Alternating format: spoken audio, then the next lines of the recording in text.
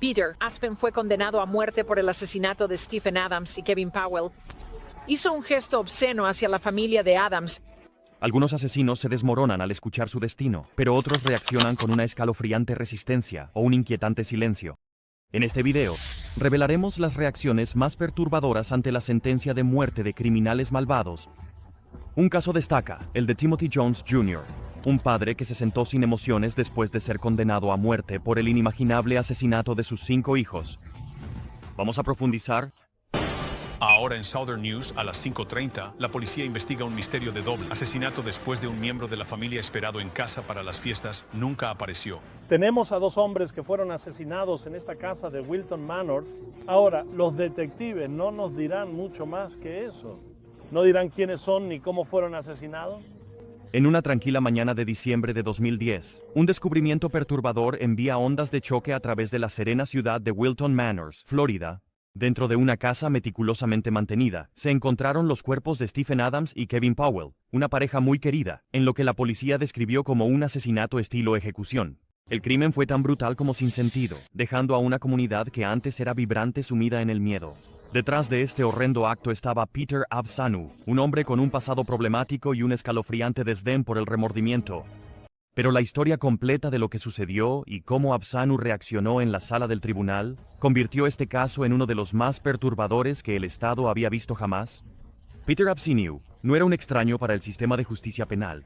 Su vida había estado marcada por una serie de arrestos por fraude, robo y servicios para adultos. Para cuando se cruzó en el camino de Stephen Adams y Kevin Powell, Absanu ya había desarrollado una reputación como un vagabundo peligroso. Su hermano, Stephen Adams, y su pareja, Kevin Powell, fueron encontrados muertos a tiros en su casa de Wilton Manors durante la Navidad de 2010. Adams y Powell, conocidos por su amabilidad y generosidad, le ofrecieron a Absanu un lugar donde quedarse después de conocerlo en línea. Pero lo que comenzó como un acto de buena voluntad terminó en traición. El 23 de diciembre de 2010, Absanu disparó a ambos hombres estilo ejecución en su casa, robando su auto, dinero en efectivo y objetos de valor antes de huir. Pero sabemos que los cuerpos fueron descubiertos aquí ayer. Los investigadores estaban horrorizados por los detalles de la escena del crimen. Las pruebas sugirieron que los asesinatos fueron calculados y a sangre fría, sin signos de lucha. Era como si Absanu hubiera planeado meticulosamente cada paso. La fuga de Absanu fue de corta duración. Días después de los asesinatos, lo detuvieron en el sur de Florida, conduciendo el auto de la víctima. Dentro, la policía encontró varias pertenencias de la pareja, junto con un diario que detallaba sus pensamientos, el cual los fiscales utilizaron más tarde para mostrar su retorcido estado mental. Durante su juicio, el caso contra Absanu era irrefutable. La balística vinculó el arma del crimen con la escena del asesinato, y las grabaciones de vigilancia lo ubicaron en la casa de la víctima poco antes de sus muertes. Sin embargo, la evidencia más contundente provino de sus propias palabras. Absanu no mostró remordimiento por los asesinatos, afirmando que estaban justificados por su odio hacia las parejas del mismo sexo. Leí una breve declaración al jurado antes de que deliberaran. No tengo arrepentimientos y estoy orgulloso de cada decisión que he tomado. Nadie sabe lo que sucedió ese día. En 2018, después de años de procedimientos legales, Peter Aspen fue declarado culpable de asesinato en primer grado y condenado a muerte. Su juicio se volvió infame, no solo por los horribles detalles de sus crímenes, sino también por su comportamiento en la sala del tribunal.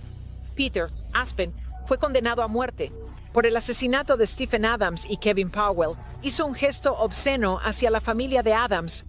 Cuando se leyó el veredicto, la reacción de Absanu sorprendió a todos. Se sonrió ante las familias de las víctimas y levantó el dedo medio, un último acto de desafío que subrayó su total falta de remordimiento. Sus acciones dejaron a la sala del tribunal atónita y consolidaron aún más su lugar como uno de los asesinos más despreciables de Florida.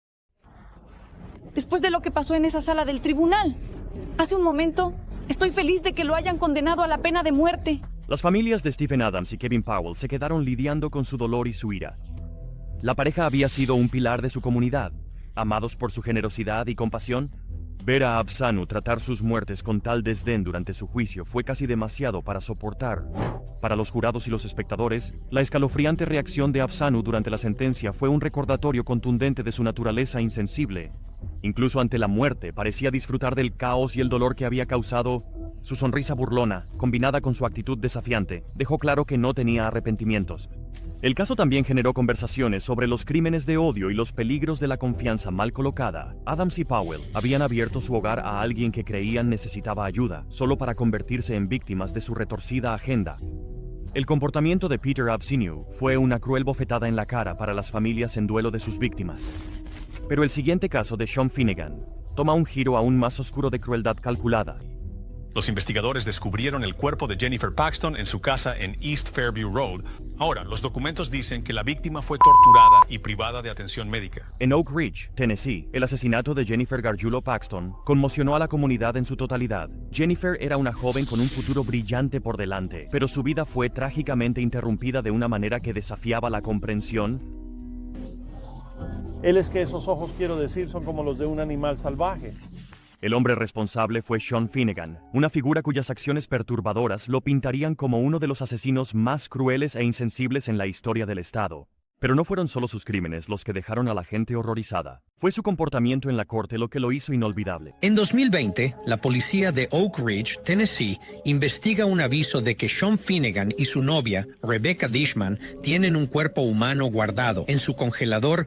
La vida de Sean Finnegan era un patrón de manipulación y control, que culminó en los eventos que lo harían infame. En diciembre de 2020, Finnegan atrajo a Jennifer Paxton a su casa, bajo la apariencia de ofrecerle un lugar donde quedarse. Ella había estado luchando contra la falta de hogar y creía que esta era una oportunidad para reconstruir su vida.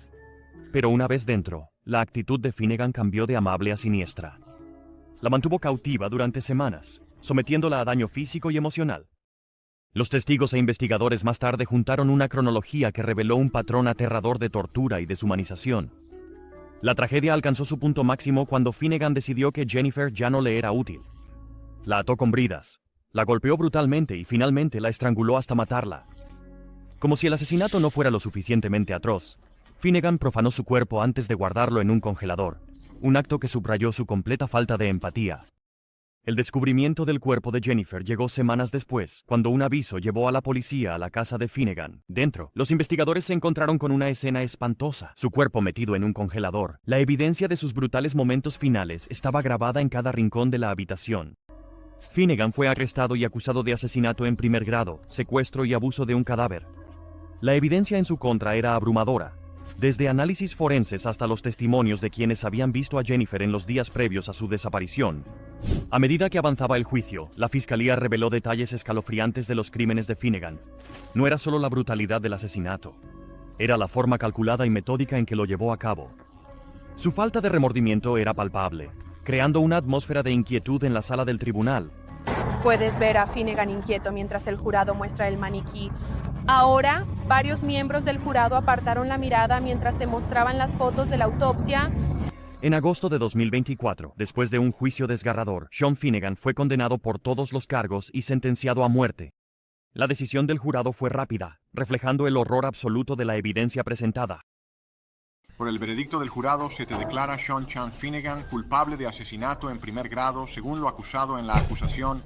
Tras el veredicto de fijar la pena de muerte, se ordena que serás ejecutado por inyección letal. Pero la reacción de Finnegan al veredicto fue lo que realmente capturó los titulares. Cuando se leyó en voz alta la sentencia de muerte, la expresión de Finnegan permaneció inquietantemente vacía, un contraste escalofriante con los testimonios emotivos de la familia de Jennifer.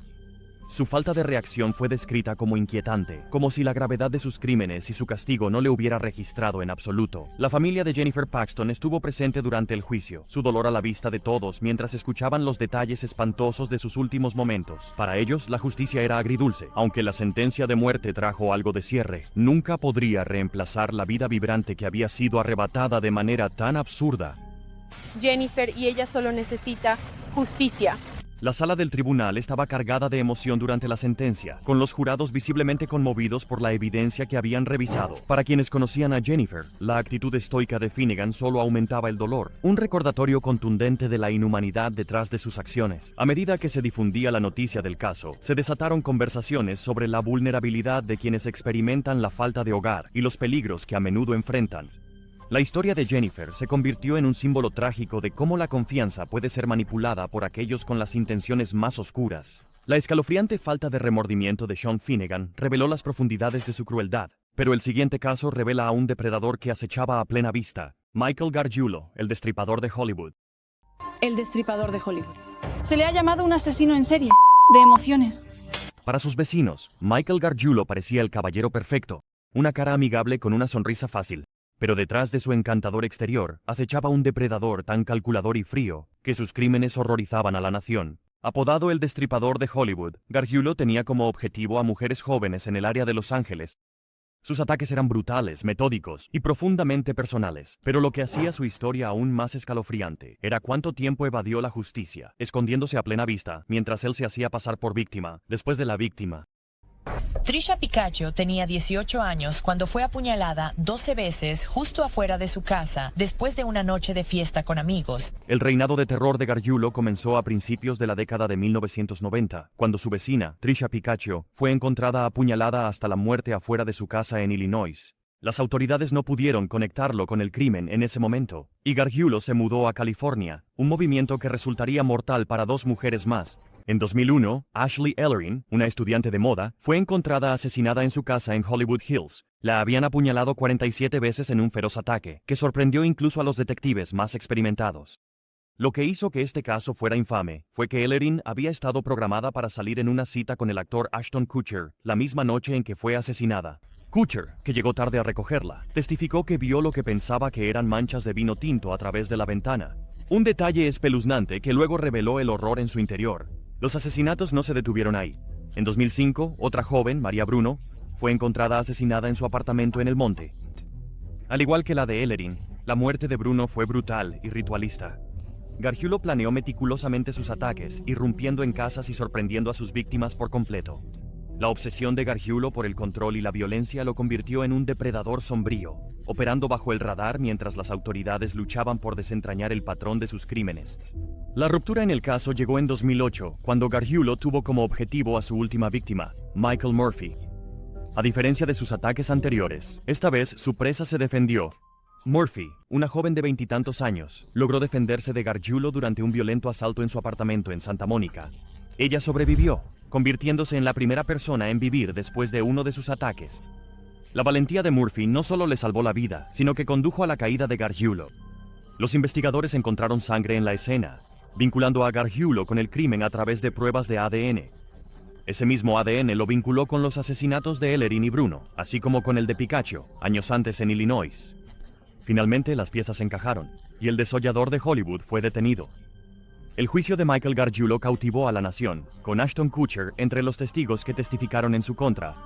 Los fiscales pintaron el retrato de un hombre que acechaba a sus víctimas, irrumpía en sus casas y cometía sus crímenes con fría precisión. En 2019, después de un largo juicio, Gargiulo fue condenado por 2 cargos de asesinato en primer grado y un cargo de intento de asesinato. Durante la fase de la sentencia, la sala del tribunal estaba tensa mientras las familias de las víctimas relataban el dolor y la ira. Sin embargo, Gargiulo permaneció estoico y sin emociones, negándose a reconocer el dolor que había causado. Su comportamiento durante todo el juicio era inquietante, como si no sintiera ninguna conexión con las vidas que había destruido.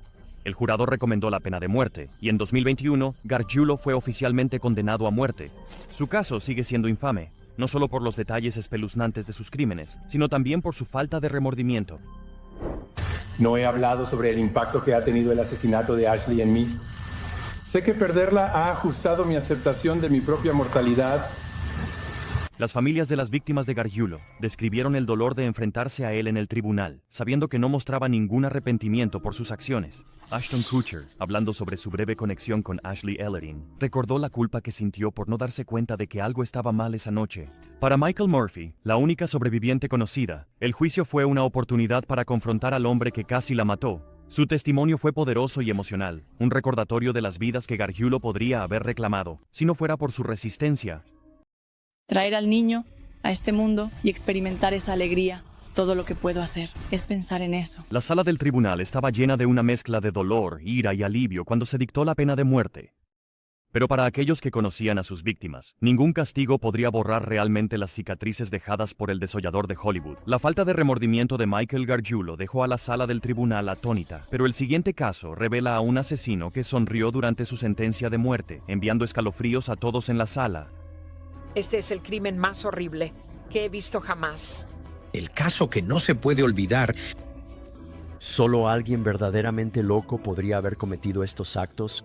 En el verano de 2014, lo que parecía ser la vida de un ingeniero de software exitoso en el condado de Lexington, Carolina del Sur, ocultaba una oscuridad indescriptible. Timothy Jones Jr., un padre de 5, estaba llevando una doble vida. Un hombre respetado en el trabajo, pero consumido por demonios personales en casa. Lo que las autoridades descubrirían sobre las acciones de Jones desafiaba la creencia. Su crimen no solo era horrendo en su brutalidad, fue la destrucción deliberada y calculada de su propia familia. Jones y la madre de los niños, Amber Kaiser, se habían divorciado tras un matrimonio problemático. Como parte de su separación, Jones recibió la custodia. Timothy Jones Jr. había estado luchando con problemas personales durante años. Un hombre devoto pero controlador, imponía reglas estrictas a sus hijos y luchaba por controlar su temperamento. Cuando su matrimonio con Amber Kaiser se desmoronó en 2012, la custodia de sus 5 hijos fue otorgada a Jones, una decisión que resultaría fatal. Él lo mantuvo apretado. No pudo manejarlo. ¿Cuánto tiempo lo tenías en Petty? Pete, como 1 hora. En agosto de 2014, Jones se convenció de que su hijo de 6 años, Nathan, había roto un enchufe eléctrico en su casa. Enfurecido, Jones obligó al niño a realizar ejercicios agotadores como castigo, llevándolo mucho más allá de sus límites físicos. Nathan colapsó y murió. En pánico y en espiral, Jones tomó una decisión escalofriante: matar a sus hijos restantes para encubrir el primer asesinato. Uno por uno, estranguló a su hija de 7 años, a su hijo de 8 años y a sus gemelos de 2 años con sus propias manos. Luego cargó sus cuerpos sin vida en su SUV y condujo sin rumbo a través de las fronteras estatales durante días, sin saber qué hacer a continuación. Discutir o algo así, solo que en las últimas 2 o 3 llamadas has estado realmente al borde. La frialdad de sus acciones y la forma metódica en que llevó a cabo los asesinatos dejaron atónitos a los investigadores cuando reconstruyeron la cronología. Jones es detenido en un control de carretera en Mississippi, pero no hay rastro de los niños. El intento de Jones de huir fue frustrado cuando fue detenido en un control de tráfico en Mississippi. El oficial, al notar un olor desagradable que emanaba de su SUV, se volvió sospechoso y cuestionó a Jones. Después de una breve búsqueda, el oficial descubrió los cuerpos de los niños en bolsas de basura en el maletero del vehículo. Jones fue arrestado de inmediato, y la horrible verdad de lo que había sucedido con sus hijos comenzó a desenredarse. Durante su juicio, los fiscales presentaron evidencia de la meticulosa planificación de Jones y su falta de remordimiento. Había desechado a sus hijos como si fueran basura, conduciendo a través de varios estados con sus cuerpos a cuestas. ¿A quién? ¿Recuerdas que le usaron el cinturón? ¿Eran mayores? ¿Pusieron resistencia? Quiero decir, ¿qué persona no? La sala del tribunal estaba cautivada mientras se revelaban los detalles de los crímenes de Jones, pintando el retrato de un hombre que veía a sus hijos no como seres humanos, sino como obstáculos para su libertad. En junio de 2019, Timothy Jones Jr. fue declarado culpable de 5 cargos de asesinato. Durante la fase de sentencia, la defensa argumentó que Jones sufría de enfermedades mentales e inestabilidad emocional, con la esperanza de salvarlo de la pena de muerte. Y el asesinato de 5 niños de 11 años o menos. Ahora recomiendo al tribunal que el acusado Timothy R. Jones Jr. sea condenado a muerte. Pero el jurado no se dejó influenciar. Después de escuchar los detalles gráficos de los asesinatos y el devastador impacto en la familia, lo condenaron unánimemente a muerte. El juez describió las acciones de Jones como la traición definitiva, un padre volviéndose en contra de los mismos hijos que se suponía debía proteger. Jones se sentó con el rostro impasible durante la sentencia, sin mostrar ninguna emoción visible mientras se leía la decisión. La sala del tribunal durante el juicio de Timothy Jones Jr. El juicio fue una mezcla de emoción cruda e incredulidad. Los miembros de la familia, incluida Amber Kaiser, la madre de los niños, expresaron su dolor y enojo en testimonios desgarradores. Kaiser sollozó mientras describía su amor por sus hijos y su arrepentimiento por haber confiado en Jones para cuidarlos. Para los jurados, el caso impactó. Algunos admitieron más tarde que estaban atormentados por las imágenes de los niños y la forma fría y metódica en que Jones llevó a cabo sus asesinatos. La falta de reacción de Jones solo profundizó el dolor en la sala del tribunal. Era como si se hubiera desconectado emocionalmente del peso de sus crímenes, dejando a las familias de las víctimas luchando por encontrar un cierre. Este caso se convirtió en un escalofriante recordatorio de cómo una persona puede parecer serena en la superficie, mientras oculta una crueldad inimaginable debajo. De Timothy Jones Jr. La falta de emoción durante su juicio mostró las profundidades de su crueldad. Pero el siguiente caso nos lleva a Alfred Bourgeois, cuyos crímenes despiadados y escalofriante comportamiento en la sala del tribunal dejaron a todos sin palabras. Tom, un asesino de niños, ha pasado 15 años en el corredor de la muerte federal, será ejecutado pronto. En diciembre de 2002, las acciones de Alfred Bourgeois sorprendieron a la tranquila comunidad de Corpus Christi, Texas. Un camionero de larga distancia con un temperamento volátil, Bourgeois fue arrestado por un crimen tan horrendo que incluso los investigadores más experimentados lucharon por comprenderlo. ¿La víctima? Su hija de 2 años, que fue confiada a su cuidado durante un acuerdo temporal de custodia. Pero en lugar de amor y protección, ella soportó semanas de daño inimaginable a manos de él, que culminaron en su trágica muerte. La vida de Alfred Bourgeois en la carretera a menudo difuminaba la línea entre el trabajo y la familia, pero debajo de la superficie, su temperamento y deseo de control lo convertían en una figura peligrosa, especialmente para aquellos más cercanos a él. En las semanas previas a la muerte de su hija, Bourgeois la sometió a un tormento físico y emocional implacable. Los testigos describieron más tarde haber visto a la niña moreteada, su pequeño cuerpo, evidencia del daño sistemático que había soportado. La obligaba a dormir en la cabina de su camión y le negaba necesidades básicas como castigo por errores menores. El punto de quiebre llegó durante una parada rutinaria en una base naval en Corpus Christi. Enfurecido después de que la niña accidentalmente derramara su asiento de entrenamiento para ir al baño en su camión, Bourgeois reaccionó con una furia descontrolada. La agarró y le golpeó violentamente la cabeza contra el tablero, un acto tan brutal que causó lesiones catastróficas. Cuando los paramédicos llegaron, encontraron a la niña sin respuesta. A pesar de sus esfuerzos, era demasiado tarde. Su pequeño cuerpo mostraba las marcas de una larga historia de daño, incluyendo fracturas y cicatrices, y lesiones internas. Las pruebas pintaron un cuadro aterrador de lo que ella había soportado en su corta vida. La investigación sobre los crímenes de Bourgeois fue rápida y contundente. Los médicos forenses confirmaron que las lesiones fatales solo podían haber sido causadas por violencia deliberada. Los testimonios de los testigos y la evidencia forense no dejaron lugar a dudas sobre quién era el responsable. Durante el juicio, los intentos de Bourgeois de defenderse fracasaron. Él afirmó que la muerte fue accidental, pero la fiscalía desmanteló su relato, revelando su patrón de crueldad y negligencia.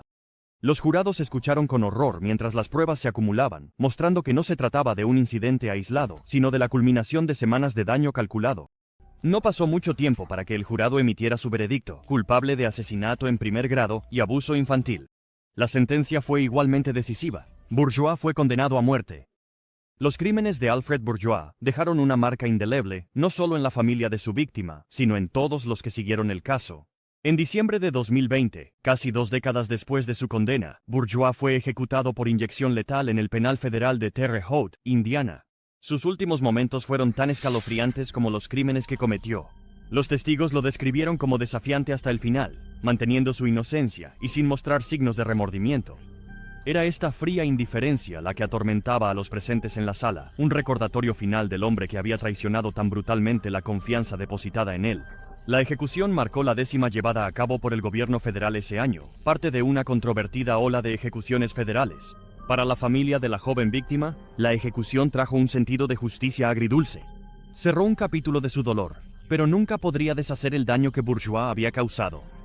La sala del tribunal durante el juicio de Bourgeois era una escena de desamor y rabia. A medida que los fiscales detallaban el daño horrendo, los jurados y los espectadores luchaban por procesar la profundidad de su crueldad. Muchos encontraron difícil entender cómo alguien podía infligir tanto dolor a su propio hijo. Quizás lo más inquietante fue la actitud de Bourgeois durante todo el juicio.